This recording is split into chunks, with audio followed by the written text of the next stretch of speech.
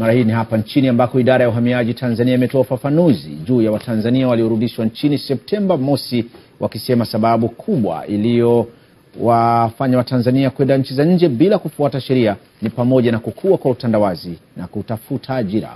Ufafanuzi huo umetolewa mapema hii leo na naibu kamishna wa idara ya uhamiaji Tanzania Abbas Iromvya wakati akizungumza na mwandishi wetu Masud Lihenye.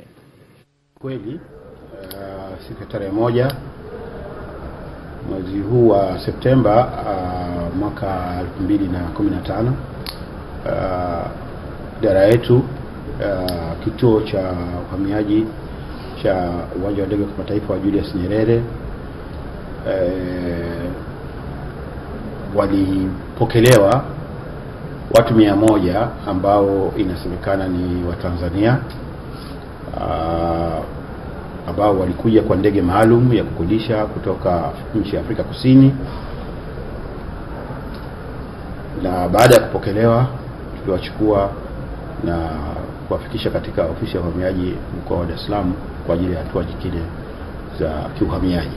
Ni hatua zipi sasa za kuwatoa kule nchi za nje na kurudisha nyumbani Tanzania? Kuna hatua za awali za kumthibitisha mtu kwa kufanya naye mahojiano, either physically kwa maana ya ana kwa ana, au kupata taarifa zake na sisi kuzisoma katika mitambo yetu, system zetu, kama jina au picha ya huyo mtu tunaye.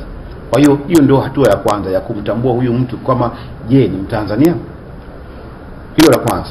Kwa hiyo kabla hajasafirishwa, tukijiridhisha katika hatua za mwanzo kama huyu ni Mtanzania, basi pale anapewa hati ya kusafiria.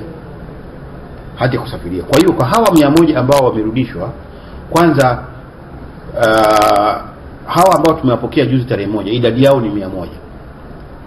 Na katika hao 100, 4 walikuwa na pasipoti za Tanzania za safari, pasipoti za kawaida, ordinary passports.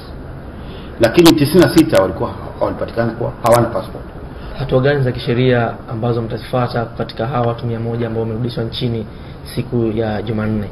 Tunachofanya sasa hivi ni kama tunaendelea na utaratibu wetu wa kuchunguza kama kweli waliondoka kwa mujibu wa sheria. Kwa hiyo kwa sasa tumechukua taarifa zao na tumewaachia mpaka pale ambapo tutakuwa tumemaliza upelelezi wetu, then tunaweza tukachukua hatua zingine kwa wale ambao itadhihirika kwamba wametenda kosa.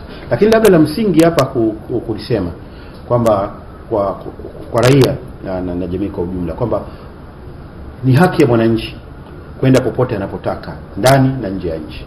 Lakini tunachowasihi, na wengine wanafanya hivyo labda kutofahamu kwamba kuna sheria ambayo inaongoza masuala ya uhamiaji, kwamba ni vyema wakatambua kwamba kutoka nje ya nchi lazima ufuate taratibu na kwa maana kama lazima uwe na hati ya safari, lakini vile vile uondoke kupitia taratibu zinazokubalika. Hata nyumbani ukitoka lazima uwage. Kwa hiyo hilo la kwanza. Hii yote ni kuepuka wakati mwingine usumbufu ambao Mtanzania anaweza kupata huko nje ya nchi.